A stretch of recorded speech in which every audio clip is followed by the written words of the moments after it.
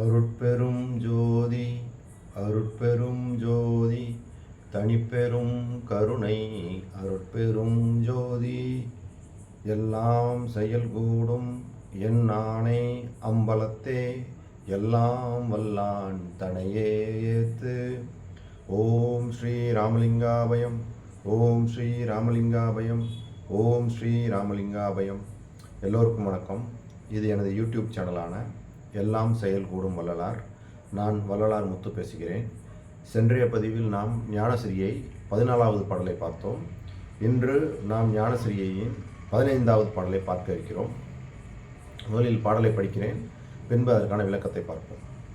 சத்திய வேதாந்தம் எல்லாம் சித்தாந்தம் எல்லாம் தனித்தனி மேல் உணர்ந்தும் தனை உணர்தற்கு அரிதாய் நித்திய சிற்சபை நடுவே நிறைந்து நடம்புரியும் நித்த பரிபூரணனை சித்த சிகாமணியை அத்தகையதோர் பெரும்பதியை அருமருந்தை அடியேன் ஆவியை என் ஆவியிலே அமர்ந்த தயாநிதியை சித்தியெல்லாம் எனக்களித்த சிவகதியை உலகீர் சிந்தை செய்து வாழ்த்துமினோ நிந்தையெல்லாம் தவிர்த்தே.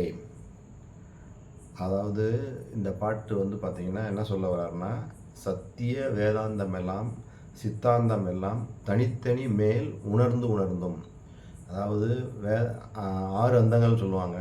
நாதாந்தம், கலாந்தம், போதாந்தம், வேதாந்தம், சித்தாந்தம், இந்த மாதிரி சொல்லுவாங்க. இதில் பார்த்திங்கன்னா இந்த வேதாந்தம் சித்தாந்தம் இதெல்லாம் தனித்தனியாக படித்து உணர்ந்து அதோட பொருளை நம்ம தெரிஞ்சுக்கலாம். அது அவ்வளோ கஷ்டமான விஷயம் இல்லை. ஆனால் தன்னை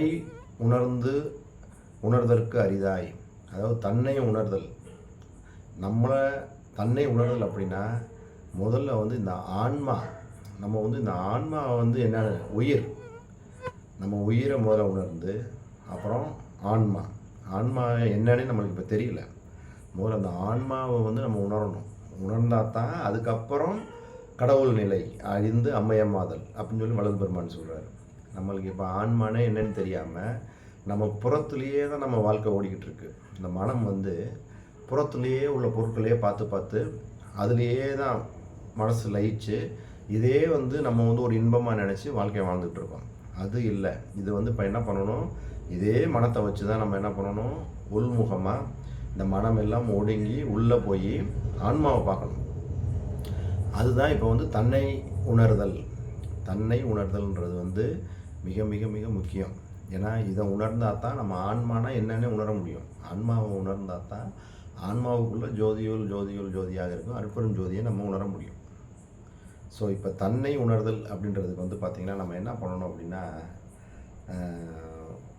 அதுக்கு சில பயிற்சிகள்லாம் நம்ம பண்ணணும். ஏன்னா நம்ம இதை மனத்தை வச்சு தான் இதை செய்ய முடியும். மனம்தான் எல்லாத்துக்கும் காரணம். உங்களுக்கே தெரியும், இப்போ ஒரு மனம் நல்ல விஷயத்துக்கும் நம்ம பயன்படுத்தலாம், கெட்ட விஷயத்துக்கும் பயன்படுத்தலாம். இப்போ ஒருத்தர் இப்போ காந்தி மாதிரி ஒருத்தர் நல்ல அந்த நிலைமைக்கு வர்றதுக்கு காரணம் என்ன, அவருடைய அந்த மனமும் அந்த எண்ணங்களும் அந்த இதுவும் தான். ஹிட்லர் மாதிரி அதர் சைடு, ஹிட்லர் மாதிரி ஒருத்தர் பிறந்து வளர்ந்து அந்த மாதிரி வாழ்க்கை வாழ்ந்ததுக்கு காரணம் அது அவருடைய மன எண்ணங்கள் அந்த இதுதான். ஸோ நம்ம எப்படி நினைக்கிறோமோ அப்படி தான் நடக்க போகுது. இது நம்ம எல்லாருக்குமே தெரிஞ்சது தான். ஸோ இதில் நம்ம என்ன பண்ணணும் அப்படின்னா, நம்மளுக்கு இந்த தோன்றக்கூடிய இந்த எண்ணங்களை நம்ம வாட்ச் பண்ணணும். அதாவது அனுதினமும் நம்மளுக்கு கோடிக்கணக்கான எண்ணங்கள் போயிட்டுருக்கு. நம்மளாம் நினைக்கிறதும் இருக்குது, அதான் வர்றதும் இருக்குது. நம்ம அதெல்லாம் வரும்போது அதெல்லாம் கவனிக்கணும். அது இப்போ உதாரணத்துக்கு இப்போ ஒரு கோபம் வருது, பசி வருது, அதே மாதிரி ஒரு காம எண்ணங்கள் வருது. அப்போல்லாம் வரும்போது அந்த எண்ணங்கள் யாருக்கு வருது, எங்கேருந்து வருது அப்படின்னு சொல்லி நம்ம அதை ஒவ்வொரு எண்ணங்களும் அந்த வரும்போது நம்ம கவனிக்கணும். உதாரணத்துக்கு நீங்கள் கோவப்பட்டு முடிச்சதுக்கப்புறம் நீங்கள் அதை அனலைஸ் பண்ணி பார்த்தீங்கன்னா உங்களால் ஒன்றும் புரியாது. அது ஒரு இதுக்கும் சரியாக வராது. அதே சமயத்தில் நீங்கள் கோவப்படும் போது அந்த கோவப்பட்டுக்கிட்டே இருக்கும்போதே சடனாக நீங்கள் என்ன பண்ணணும், இந்த கோபம் யார் படுறா, உடல் படுதா, மனம் படுதா, யார் இது, இந்த கோவப்படுறது யார் அப்படின்னு நம்ம ஒரு செகண்ட் அப்படியே அதை உத்து கவனிக்க ஆரம்பித்தோம் அப்படின்னா இந்த மாதிரி எல்லா விஷயத்தையுமே கோபம், பசி, காம எண்ணங்கள், பொறாமைப்படும்போது, அடுத்தவங்க நல்லா இருக்காங்க நம்ம நல்லா இல்லை அப்படின்னு அந்த எண்ணங்கள் வரும்போது, இந்த மாதிரி எல்லாத்துக்குமே வந்து நம்ம என்ன பண்ணணும், இந்த மனத்தோடைய அந்த செயல்பாடை நம்ம வாட்ச் பண்ணும்போது நம்மளுக்கு தெரியும் இந்த மனம் வந்து எந்த மாதிரி கீழ்த்தரமான எண்ணங்களெல்லாம் வச்சுக்கிட்டு நம்மளை வந்து கீழ் படுகொலியில் தள்ளிக்கிட்டு இருக்குன்றதை நம்ம வந்து ரியலைஸ் பண்ணுவோம். இப்படி பார்த்துக்கிட்டே வர வர என்ன ஆகும்னா மனம் வந்து என்னென்னா அந்த எண்ணங்கள்லாம் ஒடுங்க ஆரம்பிக்கும். அந்த எண்ணங்கள்லாம் ஒடுங்க ஆரம்பிக்கும் போது அடுத்த தடவை நம்ம இப்போயே வந்து அதை ஸ்டாப் பண்ணணும்னு நினைக்கக்கூடாது. ஜஸ்ட்டு வாட்ச் பண்ணணும். முதல்ல வந்து அந்த மனத்தை வாட்ச் பண்ணிகிட்டே இருக்கணும். அப்புறம் நம்மளுடைய நோக்கங்கள், நம்ம இப்போ வந்து இந்த பணியில் ஈடுபடுறோம், ஜீவகாருண்யமே பண்ணுறோம்னு வச்சுக்கோங்க. ஜீவகாருண்யம் நம்ம எதுக்கு பண்ணுறோம்? வள்ளலார் சொல்லிட்டாருன்றதுக்காக பண்ணுறோமா? இல்லாட்டா நம்மளுக்கு உண்மைக்கே ஆன்ம உருக்கம் வந்து எல்லாரையும் ஹெல்ப் பண்ணி அந்த உண்மையான உயிர் இறக்கமும் ஆன்ம இறக்கமும் வந்து பண்ணுறோமா அப்படின்னு நம்மளை நாமே கொஸ்டின் பண்ணிக்கணும். இதே மாதிரி எல்லாத்தையுமே நம்ம நோக்கங்கள், அதே மாதிரி நம்மளுடைய மூடு, இப்போ வந்து நம்ம என்ன மனநிலையில் இருக்கோம். இப்போ நான் வந்து நேர்மறையான எண்ணத்தோடு இருக்கேனா, அதாவது பாசிட்டிவ் மைண்ட் செட்டோடு இருக்கேனா, இயலாமை எண்ணம் அதாவது நெகட்டிவ் ஆட்டிடியூட் அந்த மாதிரி இருக்கிறேனா அப்படின்றத நம்ம பார்க்கணும். வள்ளல் பெருமான் எப்பயுமே சொல்லுவாங்க, நம்ம வந்து எப்பயுமே வந்து மகிழ்ச்சியோடையே இருக்கணும். இன்பம் மகிழ்ச்சியோடையே எப்பயுமே இருக்கணும். சோகமாகவும் இருக்கிறதுக்கு ஒன்றுமே இருக்க வேண்டிய அவசியமே இல்லைன்னு சொல்லுவாங்க. அது மாதிரி நம்ம எப்பயுமே பாசிட்டிவ் ஃப்ரேம் ஆஃப் மைண்டு அதில் தான் நம்ம இருக்கணும். வள்ளலார் சொல்லியிருக்க இந்த சுத்த சன்மார்க்கம்ன்றதே பாசிட்டிவிட்டி தான், நெகட்டிவிக்கே போகாதுங்க. எல்லாம் அவர் சொல்கிற எல்லா விஷயங்களுமே நேர்முகத்தன்மை கொண்டது. அந்த மாதிரி நம்ம நெகட்டிவ் அந்த எண்ணமும் நம்ம வந்துச்சுன்னு வச்சுக்கோங்களேன், நம்ம இப்படி பயணிச்சுட்டு இருக்கும்போது எல்லா நாளும் நம்மளுக்கு ஒரே மாதிரி அமையாது. சில நாட்களில் நம்ம வந்து டிப்ரெஸ் ஆகி என்னடா அப்படின்னு சொல்லிட்டு அந்த நேர்மறையான எண்ணங்கள் நம்மளை தாக்கும்போது நம்ம உடனே விழிச்சு என்ன பண்ணிடணும், அதை வந்து ஓவர் கம் பண்ணி இதுக்கு வந்துடணும், பாசிட்டிவ் இதுக்கு வந்துடணும்.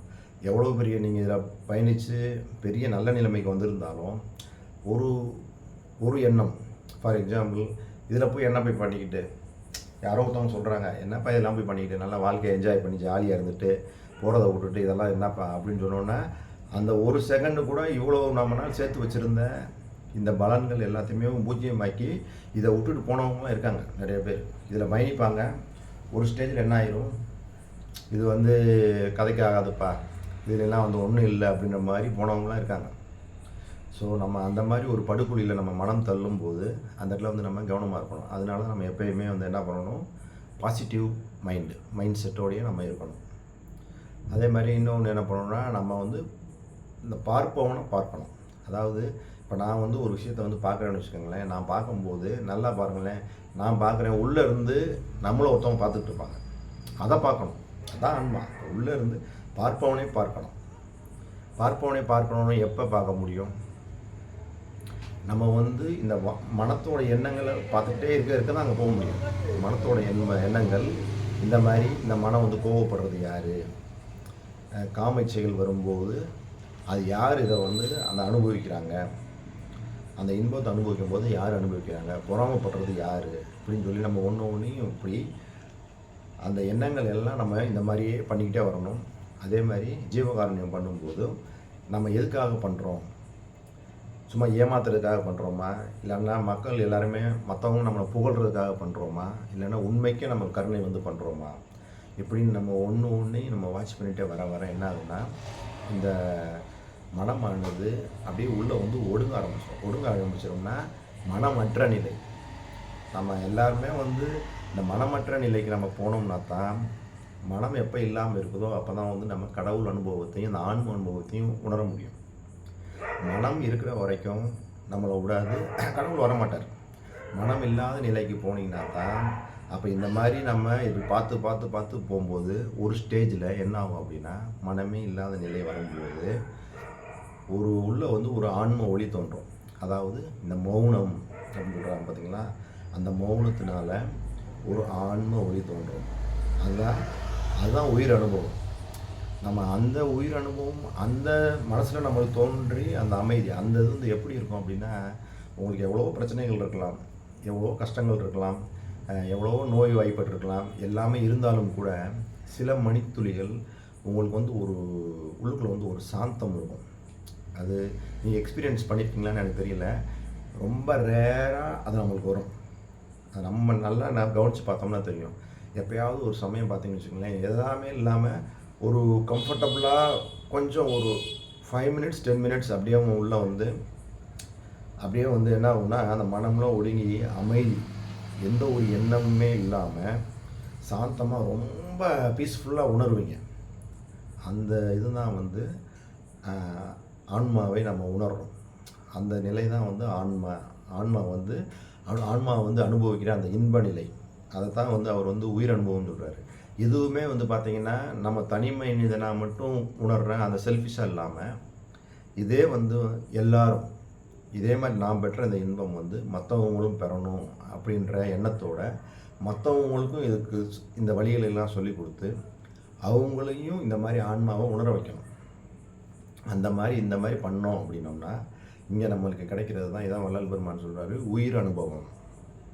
அதாவது இந்த ஆன்மாவை வந்து நம்ம வந்து உணர்றது அப்படின்னா நம்ம ஏற்கனவே பார்த்துருக்கோம்.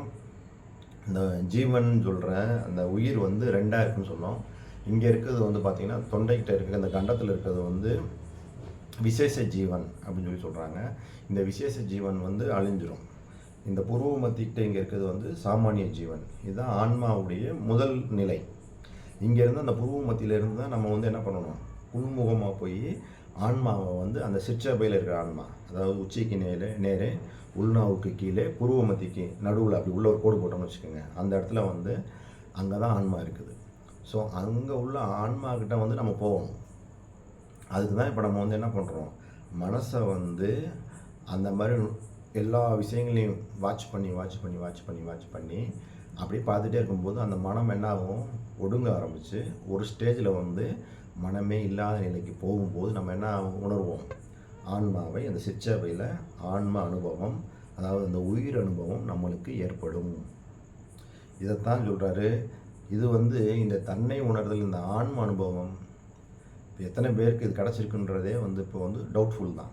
ஏன்னா இது கிடைக்கிறதுக்கு தான் நம்ம முயற்சிகள் பண்ணணும். இந்த ஆன்ம அனுபவம் கிடைச்சா தான் உங்களுக்கு கடவுள் அனுபவம், இதுக்கு மேலே தான் கடவுள் நிலை அறிந்து அம்மையம்மாதல் அது சாத்தியமாகும். நம்ம ஆன்மாவே தெரிஞ்சுக்கிறாம இங்கே வெளியவே சுற்றிக்கிட்டே இருந்தோம்னு வச்சுக்கோங்க, ஒரு பிரயோஜனமும் கிடையாது. நம்ம வந்து இந்த மரணமில்லா பெருவாழ்வில் மேலே ஏற முடியாது. அதனால தான் வள்ளல் பெருமான் என்ன சொல்லிட்டு வர்றாரு, சிற்சபையிலே மனசை வை, கவனத்தை ஃபுல்லாக அங்கேயே வை. இப்போ சாதாரண சிற்சபையில் நம்ம மனசை வச்சோம்னா இந்த அனுபவங்கள்லாம் ஏற்பட்டுருமா? ஏற்படாது. ஏன் ஏற்படாதுன்னா உணர்வு நுட்பம் ஆகணும். நம்ம உணர்வு நுட்பம் ஆகினா தான் உள்ளே போக முடியும். இந்த கான்செப்டே இதுதான். நம்ம அதுக்கு தான் வந்து இந்த படிநிலைகள்லாம். அப்போ வந்து என்ன பண்ணணும், நம்ம வந்து ஜீவகாருண்யத்தை வளர்த்துக்கணும், தயவோடு இருக்கணும். ப்ளஸ் அவர் சொன்ன ஒழுக்க நிலைகள், அவர் சொன்ன படிநிலைகள், நித்திய கர்ம விதிகள், உணவு முறை எல்லாத்துலேயும் நம்ம மாற்றங்கள் கொண்டு வரணும். சாந்தம் எப்படி வரும், நம்ம சாப்பிட்ற சாப்பாடு, நம்ம டெய்லி நம்ம செய்யக்கூடிய செயல்கள் எல்லாத்துலேயுமே வந்து ஜீவகாருண்யமும் சாந்தமும் எல்லாமே நல்ல விஷயங்கள் மட்டுமே தான் உள்ளே ஏற்றணும். அதான் கெட்ட விஷயங்கள்லாம் உள்ளே வரக்கூடாது. போட்டி பொறாமை அது எல்லாம் இது பண்ணி இப்படி இருக்க என்னாகும், உணர்வு நுட்பமாகி உள்முகமாக போய் நம்ம என்ன பண்ணிடுவோம், அந்த ஆன்மாவை உணரும் போது என்ன ஆகும், அதான் மௌனம், பேரானந்த அமைதி நிலைன்னு சொல்கிறாங்கல்ல. உள்ள வந்து இது வந்து நமக்கு ரேராக சிம்டம்ஸ் வரும், ஆனால் கொஞ்ச நேரத்துக்கு தான் இருக்கும். இதை வந்து நம்ம என்ன பண்ணணும், டெவலப் பண்ணி எப்பயுமே அந்த ஆன்ம அனுபவத்திலே இருக்கிற மாதிரி நம்ம அந்த ஸ்டேஜுக்கு போகணும். இந்த ஆன்மாவை நம்ம உணர்ந்தால் தான் கடவுள் நிலையறிந்த அம்மையம்மாதல் சாத்தியம். ஆன்மானே என்னன்னு தெரியாமல் நம்ம வந்து கடவுள் நிலையறிந்த அம்மையம்மாதல் சாத்தியமாகாது அப்படின்றதான் அவரே என்ன சொல்கிறாரு, சத்திய வேதாந்தம் எல்லாம் சித்தாந்தம் எல்லாம் தனித்தனி மேல் உணர்ந்தும் தன்னை உணர்தற்கு அரிதாய். இப்போ அதான் சொன்னேன், தன்னை உணர்தலுக்கு வந்து இதை வந்து நம்ம வந்து ப்ராக்டிஸ் பண்ணி இந்த ஆன்மாவை உணரணும். தன்னை உணர்தல் வந்து ரொம்ப முக்கியம். சரிங்களா? இப்போ அடுத்து, நித்திய சிற்சபை நடுவே நிறைந்து நடம்புரியும் நித்த பரிபூரணனை சித்த சிகாமணியை அத்தகையதோர் பெரும்பதியை அருமருந்தை அடியேன் ஆவியை என் ஆவியிலே அமர்ந்த தயாநிதியை. நித்திய சிற்றபை நடுவே நிறைந்து நடம் புரியும். ஏற்கனவே நம்ம பார்த்துட்டோம் எல்லா பாடல்கள்லையும். அருட்பெரும் ஜோதி ஆண்டவர் வந்து அந்த சிற்றபையில் தான் இருக்கிறாரு அப்படின்னு போன பாட்டில் கூட பார்த்தோம். சிற்றபையில் விளங்குகின்ற தெய்வம் அதே தெய்வம் அப்படின்னு பாடிலாம் பார்த்தோம். அதே தான், சிற்றபையின் நடுவே நிறைந்து நடம் புரியும் நித்த பரிபூரணனை சித்த சிகாமணியை அத்தகையதொரு பெரும்பதியை அருமருந்தை இதெல்லாம் அவரை புகழ்ந்துக்கிட்டே வர்றாரு. அடியேன் ஆவியை என் ஆவியிலே அமர்ந்த தயாநிதியை பாருங்கள். இங்கே தான் வந்து என்ன சொல்கிறாரு, ஆவி என் ஆவியிலே அமர்ந்த தயாநிதியை. நல்லா பாருங்கள் இந்த வேடை, என் ஆவியிலே அமர்ந்த தயாநிதியை. இவருடைய அந்த ஆன்மாவில் வந்து அருட்பெரும் ஜோதி ஆண்டவர் வந்து அமர்ந்துக்கிட்டாரு. உள்ளே வந்து அவர் வந்து இவர்கிட்ட ஐக்கியம் ஆயிட்டாருன்னு சொல்கிறார் பாருங்கள். அத்தகையதொரு பெரும்பதியை அருமருந்தை அடியேன் ஆவியை என் ஆவியிலே அமர்ந்த தயாநிதியை. இது என் ஆவியிலே அமர்ந்த தயாநிதிக்கு அப்படியே அகவலில் பார்த்தீங்கன்னா கடைசியில் முடிய போகும்போது அவர் சில பாட்டு வரிகள்லாம் வருது. அதை படிக்கும்போது உங்களுக்கு தெரியும், இவர் சொன்ன மாதிரி இந்த அருட்பெரும் ஜோதி ஆண்டவர் இவருடைய ஆவியில் வந்து அமர்ந்துக்கிட்டாருன்றதுக்கு அங்கே விளக்கம் இருக்குது. அதை நான் படிக்கிறேன். அப்புறமா சித்தியெல்லாம் எனக்கு அளித்த சிவகதியை உலகில் சிந்தை செய்து வாழ்த்துமினோ நிந்தையெல்லாம் தவிர்ந்தே. பாருங்கள், சிந்தை செய்து வாழ்த்துமினோ. சிந்தை செய்து வாழ்த்துமினோ என்ன, எப்பயுமே நினச்சிட்டே இருக்குது. அதான் சிற்றபையிலே எப்பயுமே வந்து அருட்பெரும் ஜோதி அருட்பெரும் ஜோதின்னு அந்த உள்ளே வந்து நம்ம நினச்சிட்டே இருக்கோம். எப்போயெல்லாம் அந்த மாதிரி நினச்சிட்டு இருந்தோம் அப்படின்னா எவ்வளோக்கு எவ்வளோ நம்ம இதில் அதிகமாக நினச்சி உணர்வு வந்து நுட்பமாகி அருட்பெரும் ஜோதி நாங்கள் நினச்சிட்டு இருந்தோம் அப்படின்னோம்னா நம்மளுக்கு எல்லாம் கிடைக்கும், எல்லாமே கிடைக்கும். மரணமில்லா பெருவாழ்வு கண்டிப்பாக சாத்தியம், சத்தியம். இப்போ என் ஆவியிலே அமர்ந்த தயாநிதின்றதுக்கு நான் அப்படியே அகவலில் போய் படிச்சுட்டு இந்த வீடியோவை முடிக்கிறேன். நம்ம அடுத்த வீடியோவில் 16வது பாட்டை பார்ப்போம். இப்போ இதை மட்டும் படிச்சிடுறேன். பாருங்கள் என்ன சொல்கிறாருன்னா, சபை எனது உளம் என தான் அமர்ந்து எனக்கே அபயம் அளித்ததோர் அருட்பெரும் ஜோதி. வந்துருச்சா? சபை எனது உளம் என தான் அமர்ந்து எனக்கே அபயம் அளித்ததோர் அருட்பெரும் ஜோதி. மருளெல்லாம் தவிர்த்து வரமெல்லாம் கொடுத்தே அருளமுது அருத்திய அருட்பெரும் ஜோதி. வாளினின் பேரருள் வாளினின் பெருஞ்சீர் ஆழி ஒன்றளித்த அருட்பெரும் ஜோதி. என்னையும் பொருளென எண்ணி என் உள்ளத்தே அன்னையும் அப்பனும் ஆக வீற்றிருந்து உலகியல் சிறிதும் உளம் பிடியா வகை அழகில் பேரருளால் அறிவது விளக்கி சிறுநெறி செல்லா திறனளித்து அழியாது உருநெறி உணர்ச்சி தந்து ஒளியுறப் புரிந்து சாகா கல்வியின் தரமெல்லாம் உணர்த்தி சாகா வரத்தையும் தந்து மேன்மேலும் அன்பையும் விளைவித்து அருட்பேர் ஒளியால் இன்பையும் நிறைவித்து என்னையும் நின்னையும் ஓர் உருவாக்கி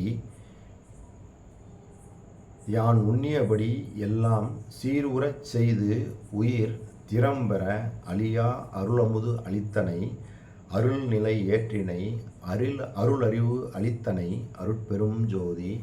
வெல்கனின் பேரருள் வெல்கனின் பெருஞ்சீர் அல்கலின்று ஓங்கிய அருட்பெரும் ஜோதி. உலகுயிர் திரளலாம் ஒளி நெறி பெற்றிட இலகும் ஐந்தொழிலையும் யான் செய்ய தந்தனை போற்றினின் பேரருள் போற்றினின் பெருஞ்சீர் ஆற்றலின் ஓங்கிய அருட்பெரும் ஜோதி.